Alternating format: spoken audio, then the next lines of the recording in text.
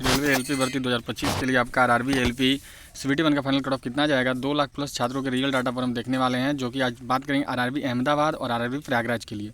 अगर आप इन दोनों में से किसी भी जोन से हैं तो ये वीडियो आपके लिए बहुत इंपॉर्टेंट रहने वाला है, क्योंकि आंसर की तो आ गया है और आंसर के आने के बाद सबने अपना अपना मार्क्स भी देख लिया है। अब मार्क्स देखने के बाद जो सबसे बड़ा अभी सबके मन में बात चल रहा है कि क्या हम सीबीटी 2 की तैयारी करें या नहीं करें। ठीक है, ये चीज़ के लिए सब कुछ सोच रहे हैं। अब बहुत कोई ऐसे हैं जो रिजल्ट का भी वेट कर रहे हैं कि जब रिजल्ट आ जाएगा उसके बाद तैयारी में लगेंगे, तो ये आपके लिए सबसे बड़ी आपकी गलती होगी अगर आप रिजल्ट का वेट करके लगने का सोच रहे हो तो, क्योंकि फिर आप बहुत बड़े नुकसान में चले जाओगे। क्योंकि रिजल्ट देने के बाद रेलवे बस 20 से 25 दिन का टाइम देगी और बोलेगी कि अब आके सीबीटी 2 का एग्जाम दे दो, तो आप तैयारी कर नहीं पाएंगे। तो अगर करनी है प्रिपरेशन तो अभी से करनी है, क्योंकि अभी से आपके पास कैसे भी तो 2 महीना का टाइम है ही रेलवे का एएलपी का एग्ज़ाम में।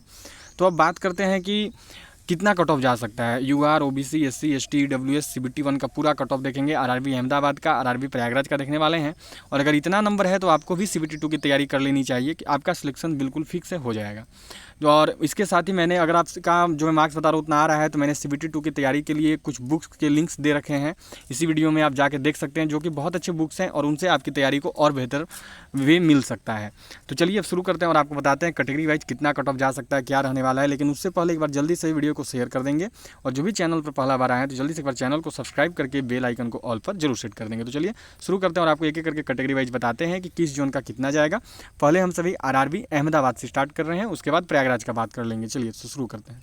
हाँ जी, तो ये देख सकते हो यहाँ पे, ये आपकी सबसे पहले नॉर्मलाइजेशन की बात हम सभी कर लेते हैं, क्योंकि नॉर्मलाइजेशन पे ही आपका जो है यहाँ पे सिलेक्शन होने वाला है। और नॉर्मलाइजेशन ही जो है आपको सिलेक्शन की ओर लेकर जाएगा अगर आपकी मार्क्स कम है। तो नॉर्मलाइजेशन ऐसा चीज़ है जहाँ पे अगर आपका मार्क्स 40 भी आ रहा है तो नॉर्मलाइज होकर 8 नंबर बढ़ के आपका जो 48 में बदल जाएगा, और किसी को 40 आ रहा है तो 48 पे ही रुक जाएगा। तो बात करते हैं कि किसे बेनिफिट मिलेगा और किसे नहीं। उससे समझ सकते हो कि देखो 17 तारीख का जो शाम वाला शिफ्ट था वो सबसे टफ शिफ्ट था। ठीक है, फिर 16 तारीख का सुबह वाला जो शिफ्ट है वो यहाँ पे जो है आपका यहाँ पे, हाँ जी, तो ये देख सकते हो। फिर उसके बाद आपकी 17 तारीख की सुबह वाली शिफ्ट टफ थी, फिर 17 तारीख की दोपहर वाली शिफ्ट टफ थी, फिर 13 तारीख की सुबह वाली, और 18 तारीख की जो है शाम वाली। उसके बाद जो मीडियम शिफ्ट था वो आपका 16 तारीख का शाम वाला, 18 तारीख का 16 तारीख का दोपहर वाला, 18 तारीख का दोपहर वाला, फिर 11 तारीख का सेकंड सबसे ईजी शिफ्ट, और 18 तारीख का शाम वाला सबसे ईजी शिफ्ट था। अब बात करते हैं कि कितना नंबर नॉर्मलाइजेशन में फ़ायदा मिल सकता है। तो उसको समझने के लिए आप पहले ये देखो, बहुत कोई बता रहे हैं कि यहाँ 34 है, यहाँ 47 है, तो 12 नंबर का अंतर है, तो आपको 12 नंबर का बेनिफिट मिल जाएगा। ऐसा नहीं होगा, उसका मैं कारण बता रहा हूँ क्यों नहीं होगा। देखो यहाँ पे डेटा केवल 14,000 ने दिए, यहाँ पे डेटा 26,000 ने दिए, 12,000 ज़्यादा बच्चों ने अपने मार्क्स बताए हैं। जब यहाँ पर भी 12,000 और बच्चे आएंगे तो इनका एवरेज ऑटोमेटिक बढ़ जाएगा, तो इसलिए ये अंतर कम होगा। और अभी जैसे ये डेटा मानो 2 लाख का है, रेलवे में 10 लाख एलपी ने फॉर्म डाला था एलपी में बनने के लिए, उसमें से कैसे भी 6.5 लाख ने तो एग्ज़ाम दिया ही होगा 65%। तो ये फिर अभी मतलब डेटा, और इसमें जो है 4.5 से 5 लाख का जो है ऐड होना है, सोचो। तो जब ऐड होगा तो और तो आपकी इंक्रीज ही करेगी ना, वो तो डाउन होने से रही। तो इसीलिए ये इतना का अंतर नहीं रहेगा, लेकिन अंतर रहेगा जरूर। अब कितना का हो सकता है, तो ये देखो, जो भी ये शिफ्ट में हो, ये जो 6 शिफ्ट है, अगर आप इनमें से हो तो आपका ऑटोमेटिक जो मार्क्स है वो 6 से 8 नंबर आप बढ़ा के चलो। अगर ऊपर वाले में हो तो आपको 8 नंबर मिल जाएगा, और बाकी में 6 से 8 का रखना। अगर आप ये यहाँ से लेके यहाँ के बीच में हो तो आपको ज़्यादा का तो नहीं, 2 से 3 नंबर का ही फ़र्क देखने को मिलेगा। और अगर यहाँ से हो तो 1 नंबर इसमें और इसमें कुछ भी नहीं का फ़र्क देखने को मिल सकता है। तो जैसे अगर आप इनमें से हो और अगर आपके मार्क्स जो है वो 40 प्लस भी हैं तो आप अपने ऑटोमेटिक 6 प्लस कर लो मार्क्स, मतलब 46 प्लस आपके होने जा रहे हैं। ठीक है, ये बिल्कुल फिक्स मान के चलना। अब चलो देखते हैं कैटेगरी वाइज कितना कट ऑफ जा सकता है। पहले बात कर लेते हैं यहाँ पे अहमदाबाद जोन की, उसको देखते हैं, फिर उसके बाद आगे चलेंगे। तो चलिए अहमदाबाद जोन का डेटा आपके सामने रखता हूँ। जो अहमदाबाद जोन का डेटा है वो देखो यहाँ पर कितने हज़ार का है, तो 7,207 कैंडिडेट का है। ठीक है, अब एक एक करके कैटेगरी वाइज हम सब देखेंगे कि कैटेगरी वाइज कट ऑफ क्या रह सकता है। तो पहले बात कर लेते हैं अनरिजर्व का, कि अनरिजर्व में क्या हालत होगा। तो उससे पहले इसका वैकेंसी देखते हैं कि अहमदाबाद में कितना वैकेंसी है, फिर जो है आपको पूरा क्लैरिटी मिल जाएगा। तो चलिए इसका वैकेंसी देख लेते हैं। तो देख सकते हो यहाँ पर जो है आपका अहमदाबाद की बात करें तो अहमदाबाद में जो टोटल वैकेंसी है वो है देखो 223। ठीक है, होना कितना है, तो होना है 223 में 15 गुना का।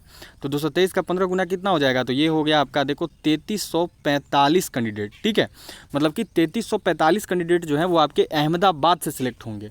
अब 3345 सिलेक्ट होने तो अब देखते हैं मार्क्स कितना आ रहा है यहाँ पे। हाँ जी, तो अहमदाबाद में देखोगे तो बच्चों के जो रॉ मार्क्स पे बात करें तो रॉ मार्क्स पे होना है 3345 का, और 3445 यहाँ पे अब 41 पे ही है। ठीक है, इतने कैंडिडेट यहीं पे हैं। तो अब यही तो केवल डेटा है नहीं, मानो केवल 7,000 का डेटा अभी हमारे पास अहमदाबाद का है। अभी इसमें तो और भी बच्चा, जब रेलवे 4.5 लाख और डेटा अपने यहाँ लाएगी 5 लाख, तो अहमदाबाद में जरूर बच्चे और आएंगे। तो इसका ये मतलब ये थोड़ा सा ऊपर ही जाएगा। तो ये मान के चल सकते हैं कि आपका जो अनरिजर्व का कट ऑफ है वो ये 46 के आसपास रह सकता है।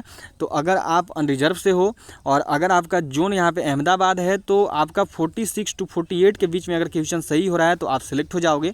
ये जो मैं बता रहा हूँ ये ईजी शिफ्ट वालों की है, ठीक है। अगर आप टफ शिफ्ट में हो और टफ शिफ्ट वाले अपने इससे 6 से 8 नंबर कम कर लेना, आपको उतना भी है तो आप सेलेक्ट हो जाइएगा, क्योंकि रेलवे आपको इंक्रीज करके यहाँ तक पहुँचा देगी। चलिए अब बात कर लेते हैं ओबीसी का, कि ओबीसी का जो कट ऑफ है वो क्या रह सकता है, ओबीसी में क्या कंडीशन है। तो पहले ओबीसी का वैकेंसी देख लेते हैं यहाँ पे आपका। हाँ जी, तो अगर ओबीसी की बात करोगे तो ओबीसी में देखो वैकेंसी है 130, ठीक है। इसका 15 गुना सेलेक्ट करेंगे, मतलब हो गए आपके 1950, ठीक है। टोटल कैंडिडेट जो सेलेक्ट हो रहे हैं वो हो रहे हैं 1950। अब बात करते हैं कि यहाँ पर कितने कैंडिडेट के मार्क्स आ रहे हैं आपके। हाँ जी, तो ये देखोगे तो ओबीसी में 1950 को लेना है और 1943 आपका ये 46 पे ही है। लेकिन यहाँ से जो बच्चे हैं वो अनरिजर्व में जाएंगे, ये अनरिजर्व में सेलेक्ट हो जाएंगे इधर वाले, क्योंकि इसी के रेंज में अनरिजर्व का कट ऑफ है। तो ये फिर नीचे जाएगा, ठीक है। ये देखो ये 41 पे कितने हैं, तो 2700 हैं। लेना कितना है, लेना है 1950 को।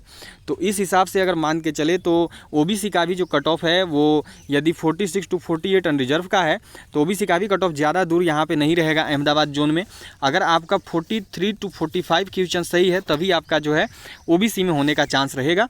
ये आपका टफ शिफ्ट वालों की मैं बात कर रहा हूँ। बाकी इजी शिफ्ट वाले वो उनका बात अलग है, जब इजी शिफ्ट में ऑटोमेटिक 5 से 6 नंबर आपको कम कर लेना है। चलिए अब जो है बात करते हैं एससी कैटेगरी का, ठीक है, कि एससी कैटेगरी में जो है कट ऑफ क्या रह सकता है। तो पहले एससी कैटेगरी का सीट देख लेते हैं यहाँ पे कितना है। बात करते हैं एससी का, तो एससी में यहाँ पे वैकेंसी है आपका कितना, तो 74 वैकेंसी है, ठीक है। अब ये सिलेक्ट कितना करेगा, तो 74 का 15 गुना सेलेक्ट करेगा, मतलब कि 1110 कैंडिडेट सेलेक्ट होंगे, ठीक है।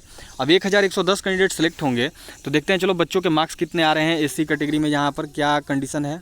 जब एससी कैटेगरी की बात की जाए तो देखो एससी में 1110 टोटल कैंडिडेट का डेटा ही नहीं है यहाँ पे, और सीट बहुत बच्चे को लेना है तो इतना इनका ज़्यादा नहीं जाएगा। एससी में काफ़ी कम रहने का चांस है। अगर एससी में आपके 30 प्लस भी क्वेश्चन सही हैं तो आप सिलेक्ट हो जाओगे। एससी में यहाँ पे कट ऑफ ज़्यादा जाती हुई नहीं दिख रही है, क्योंकि उतने बच्चे ही नहीं हैं और इनकी कम जाएगी कट ऑफ। अब बात करते हैं एसटी का, तो चलिए पहले एसटी का वैकेंसी देख लेते हैं। हाँ जी, तो अगर एसटी की बात करें तो एसटी में वैकेंसी है 37, ठीक है, 37 वैकेंसी है। और ये सिलेक्ट करेंगे 15 गुना, मतलब कि 555 कैंडिडेट टोटल सेलेक्ट होंगे। अब 555 कैंडिडेट का चलो डेटा देखते हैं कि कितना मार्क्स यहाँ पे आ रहा है सबका। तो एसटी में देखोगे तो एसटी में लेना है 555 को, और यहाँ पर तो 555 कैंडिडेट बहुत नीचे चले जा रहे हैं, ठीक है। एसटी में भी ज़्यादा कट ऑफ नहीं जाएगा। अगर 26 से 28 क्वेश्चन आपका सही हो रहा है तो आप एसटी में सेलेक्ट हो जाओगे, एसटी में दिक्कत नहीं आएगी। अब देख लेते हैं देखो ईडब्ल्यूएस का, ठीक है, ईडब्ल्यूएस का कट ऑफ क्या रहने वाला है। तो पहले चलो ईडब्ल्यूएस की टोटल वैकेंसी देखते हैं कि टोटल वैकेंसी अहमदाबाद में कितनी है।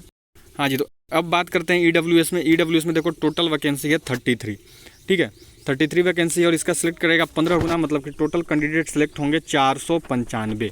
अब देखते हैं इसका वैकेंसी कितना है यहाँ, अब ये इनका मार्क्स कितना आ रहा है। हाँ जी, तो ईडब्ल्यूएस की बात करें तो होना है कितना का, 495 का। और 495 तो डेटा ही नहीं दिए हैं यहाँ पे, बच्चे कम हैं और आएंगे भी तो कितना आएंगे, ज़्यादा नहीं आएंगे। इनका ज़्यादा नहीं, अगर ईडब्ल्यूएस में हो और 30 से 32 भी क्वेश्चन सही है, पासिंग मार्क्स पर भी आप सेलेक्ट हो जाओगे ईडब्ल्यूएस में। तो ये आपका अहमदाबाद का मैंने कट ऑफ बता दिया है। अब चलिए देख लेते हैं प्रयागराज का, कि प्रयागराज का कट ऑफ जो है कितना रह सकता है आपका।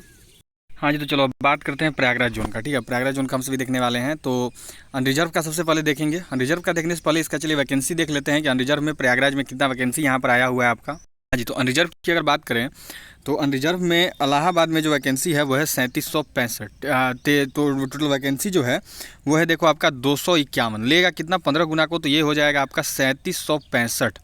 अब 3765 को सिलेक्ट करना है तो चलिए देखते हैं कि बच्चों के मार्क्स कितने आ रहे हैं यहाँ पे। तो ये लो, ये है आपका प्रयागराज, ठीक है, 3765 को लेना है।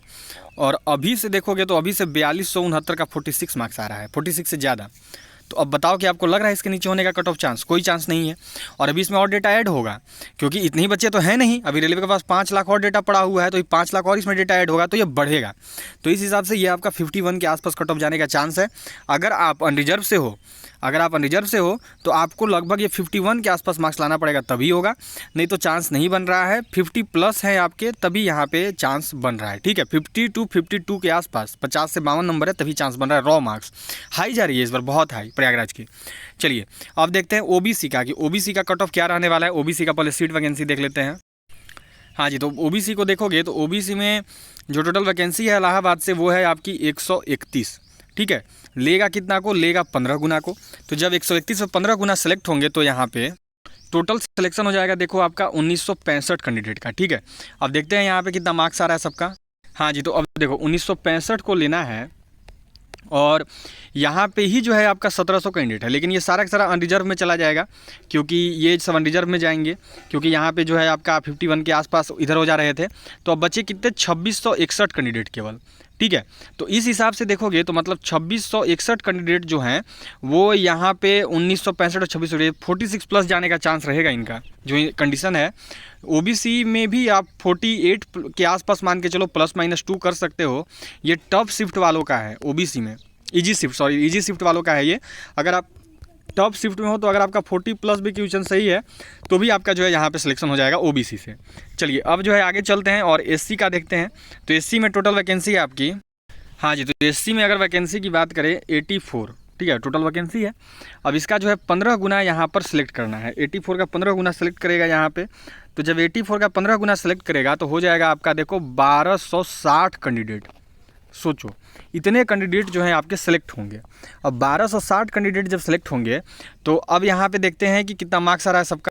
हाँ जी, तो एससी में सेलेक्ट होने हैं कितने, 1260, ठीक है। और यहाँ पे 31 पे आ रहे हैं 1082 कैंडिडेट, तो 1260 होने हैं, तो इसी के रेंज में ये रहेगा। अभी और बच्चा ऐड होंगे तो ये थोड़ा सा बढ़ सकता है, तो ये 36 के आसपास जाने का चांस यहाँ पर मानकर चल सकते हो, ठीक है।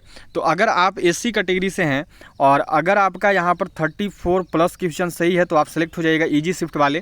और अगर आप हार्ड शिफ्ट में है तब तो 28 29 क्वेश्चन भी सही है, फिर भी आपका सिलेक्शन एससी में यहाँ से हो रहा है। चलिए अब जो है बात करते हैं एसटी कैटेगरी का, कि एसटी कैटेगरी का क्या कंडीशन है, कितना रहने का चांस यहाँ पर लग रहा है एसटी में आपका जो है। हाँ जी, तो यहाँ पे देख सकते हो एसटी में टोटल वैकेंसी है आपका 56, ठीक है। एसटी में टोटल वैकेंसी यहाँ पर जो रेलवे ने अनाउंस की हुई है वो है 56 का 15 गुना लेगा तो हो जाएगा आपका 840 कैंडिडेट का सिलेक्शन। अब चलिए मार्क्स देखते हैं कि मार्क्स कितना आ रहा है सबका यहाँ पे। हाँ जी, तो एसटी में देखो 840 को लेना, ये तो काफ़ी ज़्यादा यहाँ पे स्टूडेंट दिख रहे हैं। एसटी में मार्क्स यहाँ पे बच्चों के अच्छे आ रखे हैं, देख सकते हो। एसटी में ये हाई जाने का चांस यहाँ से लग रहा है 51 के आसपास। तो ये 171 कैंडिडेट जो हैं वो चले जाएंगे, जो इधर हैं वो अनरिजर्व में शिफ्ट हो जाएंगे, लेकिन फिर भी यहाँ पर जो है ये कम होगा, तो 840 के नीचे आएगा तो ज़्यादा नहीं जाएगा, ठीक है। ये 31 के आसपास 30 के आसपास रहने का चांस है। अगर आप एसटी हैं तो अगर आपके 30 क्वेश्चन सही हैं तो आप सेलेक्ट हो रहे हो, ±2 कर सकते हो, 1-2 क्वेश्चन अगर ऊपर नीचे भी है तो। और जो ये इजी शिफ्ट वाले हैं, अगर टफ शिफ्ट हो फिर तो 24 क्वेश्चन भी जो आपका पासिंग मार्क्स है वो भी ला देगा तो आप पास जाओगे, अगर टफ शिफ्ट वाले हो तब। अब बात करते हैं ईडब्ल्यूएस का, कि ईडब्ल्यूएस का कट ऑफ रेशियो क्या रहने वाला है, ईडब्ल्यूएस में क्या कंडीशन यहाँ पे दिख रही है। हाँ जी, तो ईडब्ल्यूएस में वैकेंसी देखे तो है 58 एंड 8, मतलब कि 66 वैकेंसी है टोटल। अब 15 गुना जो कैंडिडेट हैं वो आपके यहाँ पर जो है सिलेक्ट होंगे। तो चलिए देखते हैं कितना आ रहा है। तो टोटल कैंडिडेट जो सेलेक्ट होंगे वो हो जाएंगे 990, ठीक है। एसटी से जो टोटल सिलेक्शन यहाँ पर, ईडब्ल्यूएस से जो टोटल सिलेक्शन यहाँ पर होना है वो होना है 990 कैंडिडेट का, ठीक है। तो जब 990 कैंडिडेट सेलेक्ट होंगे तो अब जो है यहाँ पे कितने आपके बचे, तो अब हो गए हैं 747 हैं आपके, देख सकते हो यहाँ पे अनरिजर्व में, ठीक है। लेना कितना है, तो लेना है 990 को। तो इस हिसाब से चलें तो यहाँ पर जो आपके टोटल कैंडिडेट हैं वो देख सकते हो यही के आसपास रहने का चांस है, इससे ज़्यादा नहीं जाएगा, क्योंकि यहाँ से फिर कुछ अनरिजर्व में भी चले जाएंगे। ये 277 कैंडिडेट जो हैं तो ये और कम हो जाएगी। तो ईडब्ल्यूएस से हैं तो ज़्यादा नहीं, अगर 32 to 35 के बीच में हो तो सिलेक्शन का पूरा चांस है। और ये इजी शिफ्ट वालों की बात है, अगर टफ शिफ्ट है तो पासिंग मार्क्स ईडब्ल्यूएस का 30 होता है 75 में से, तब आप पास हो जाओगे, ठीक है। चलिए ये रहा। अब आप सभी वीडियो को शेयर कर देंगे अपने सभी दोस्तों तक, सभी लोग लाइक कर देंगे, और जो भी चैनल पर पहला बार आए हैं तो जल्दी से सब्सक्राइब करके बेल आइकन को ऑल पर जरूर सेट कर देंगे। और मिलते हैं आपसे नदर अपडेट के साथ, जो भी आगे की अपडेट होगी उसके लिए आपको बताते रहेंगे। और बाकी अगर आप कितने मार्क्स आ रहे हैं तो मैंने जो बुक्स बताए हैं उनको आप परचेज कर सकते हो, और जो आप लिंक दिए हुए हैं और उससे अपनी तैयारी को और बेहतर कर सकते हो CBT 2 के लिए।